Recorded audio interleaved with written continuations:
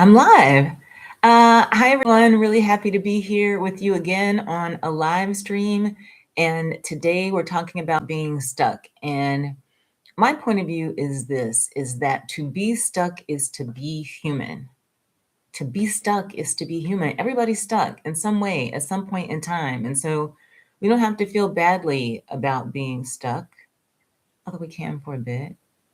But what we can do is find a way to move from that place to a place that works better for us.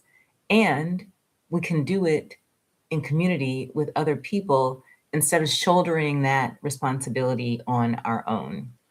My name is Monique Fortenberry. I'm a former federal senior executive, lawyer, coach, and facilitator who helps former feds make intentional, empowered decisions about the next stages of their life.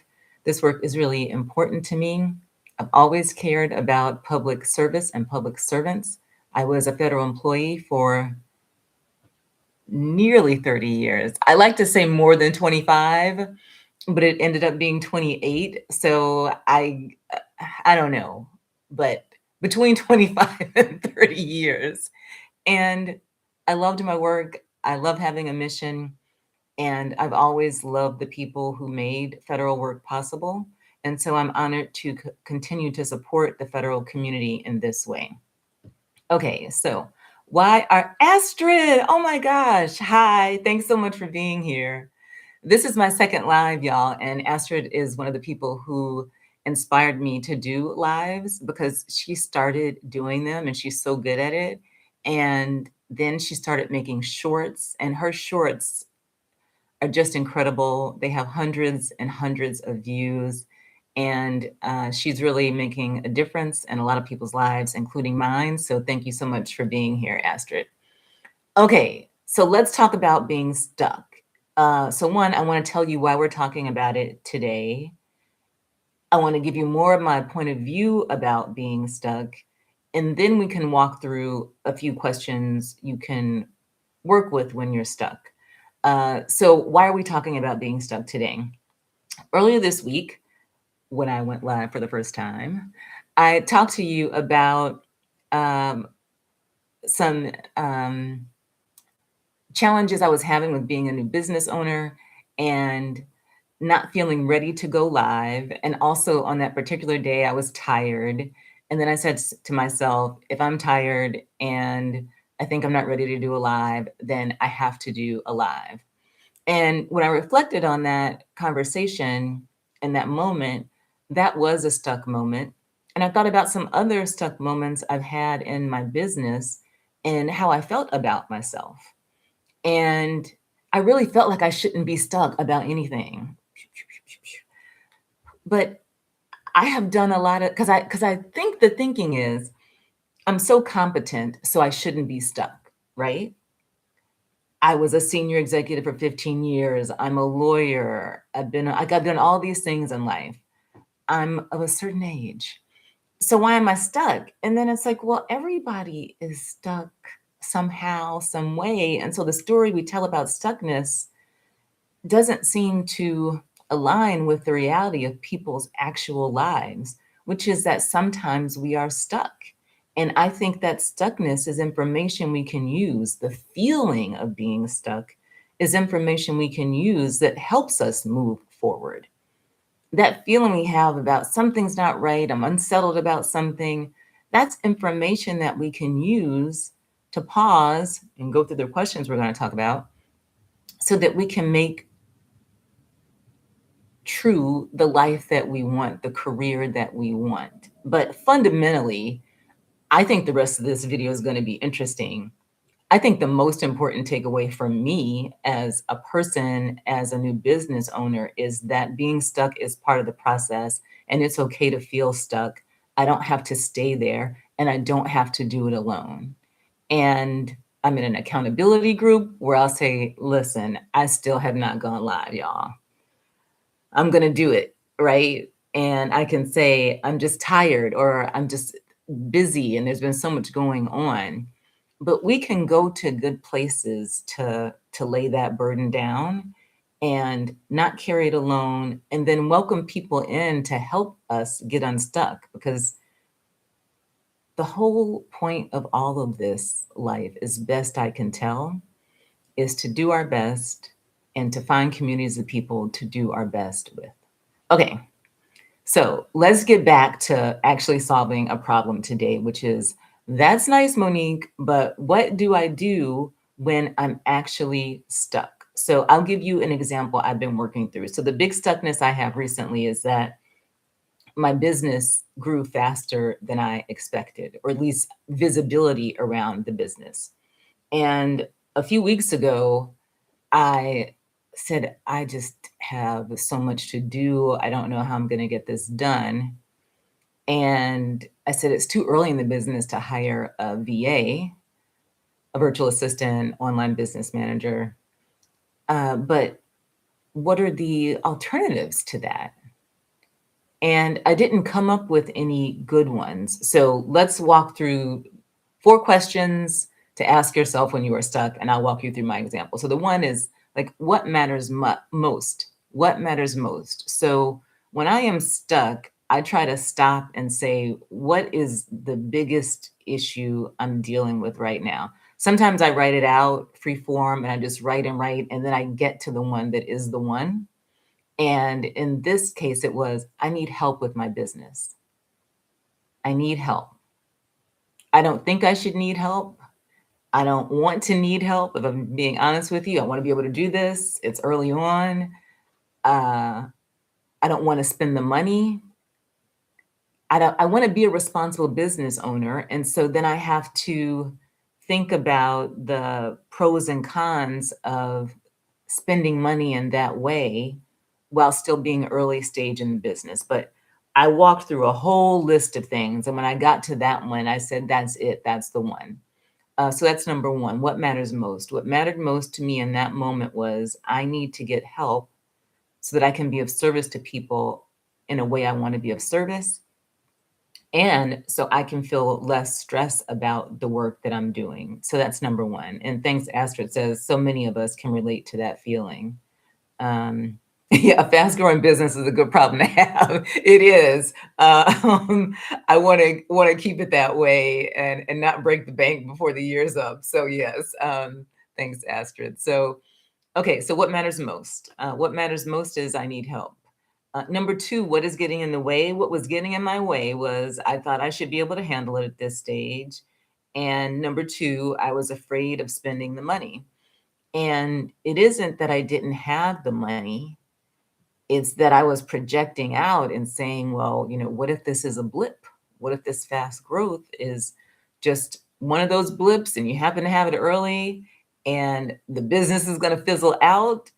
And so is that a wise investment, right? What's getting in the way? Is it a wise investment? And ultimately, I concluded yes, because for me to operate the business in a way that is aligned with who I am and that takes care of people in the way I want to take care of people, I need to have a solid infrastructure. And those are skill sets that other people are far better at than I am.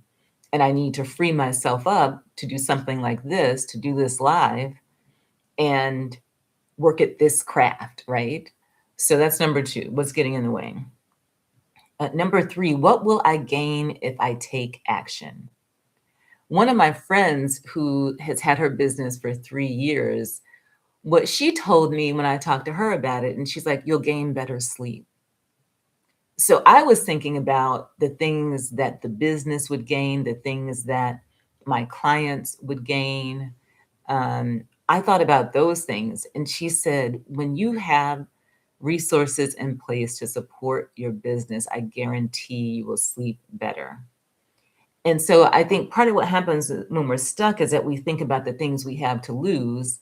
I think it's pretty easy to think about what we stand to lose, right? Because we're really in touch with those things. But what do we have to gain? What do you have to gain from identifying where you are stuck, what is getting in the way, and then thinking about what will you gain by addressing that issue? All kinds of things. It could be stability. It could be better relationships. It could be if you're operating a business, a more solid revenue model. If you're looking for a job and there's some piece of it that you're stuck on, maybe it's resumes, maybe it's interviews, maybe it's the overwhelm of what's happening in the overall market. That's an important thing to identify because then you can begin to work with that thing. But if you're not thinking it through, then you might just say, oh gosh, I'm just not getting it done. When in fact, what you're trying to get done is a pretty strenuous thing right now in this market, even though I believe in you and I know you will get it done. Um, okay, so what will you gain if you take action? And then number 4, what is one step you can take? Just one. It's hard to take just one. I love a plan. I want a 3-point plan. I want a 30-month plan. I want I'm not a 30-day plan, a 60-day plan. Okay, we are not here talking about 30-month plans. uh, 30-day, 60-day, 90-day. I love any kind of plan. I used to do interim executive positions as part of one of my roles. And you might have 90 days. And so you get in, you assess, you make the plan, you get out.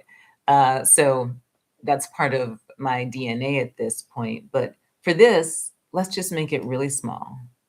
What's one thing you can do? And I'm asking you right now, if you feel stuck in some part of your life, I want you to ask yourself those questions. And then I want you to get to that fourth one, which is what is one thing I can do? And then I want you to do that thing within the next week. That means it necessarily has to be a small thing, even if it has become big in your spirit, in your soul, in your heart, in your mind. One step.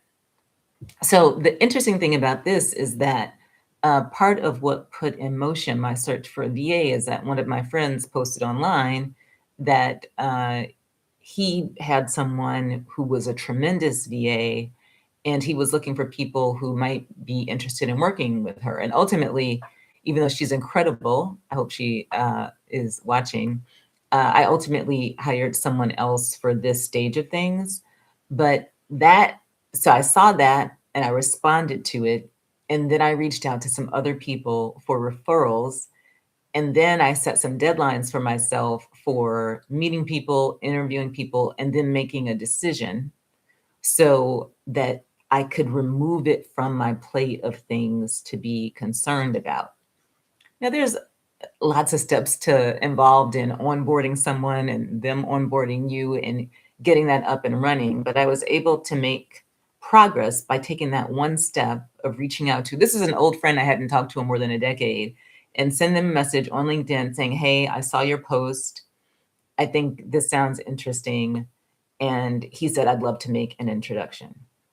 So I'm just going to pause for a second. I want you to think, what's that thing that's holding on to you right now? And maybe you even feel ashamed or disappointed that you're stuck. Don't be. There's enough of that, right? There's enough of that to go around. I want you to remember that you are incredible. I want you to remember that you're a human. I want you to remember that everybody gets stuck sometimes. I think we all do. I watch the elephants a lot, and the elephants get stuck, and then they find a way and they come together as a herd and they work it out and then they move on, right? So I think that part of why community is so important is that we can share with each other that we are stuck. And then we have the aha moments or that we're nervous about something. I could say I'm nervous about going live to people who care about me. And then that can help me move forward. So I think I want you to think about what is a step you can take. And then I want you to find some people who really care about you, who really want you to win, who really believe in you. And I want you to share this with them. I bet you they'll share something with you too. I'll bet you find out that they are stuck on something too, or overwhelmed, or whatever emotion you want to put on it. In some way, something is there that's holding them back. And a few questions and a little bit of a mindset shift, and a community can help a lot. So um, I'm rooting for you. And if you would like to work with me, I work with my clients one-on-one in 90-minute strategy sessions called Next Chapter Sessions. And we walk through this process and we build a plan for you to help you move forward. That could include telling me your story about where things are with you, or you coming in with a very specific problem and we work that problem, or something broader. But we get in there and I draw on all my expertise to work with you because I want you to have a beautiful life and career. I want you to succeed. And working one on one with people is a joy for me. So if you want to join my email list, or you want to book a strategy session, please go to nextchaptersessions.com and all of the information is there. And I want to thank Astrid for all of the support. And this is what community gets you. Astrid is, we're part of a group of people and we show up for each other when we go live, and it makes a big difference. All right, go out there and live your beautiful life and talk to some people who you care about who can help you move forward. Okay, that's all for now. Bye-bye.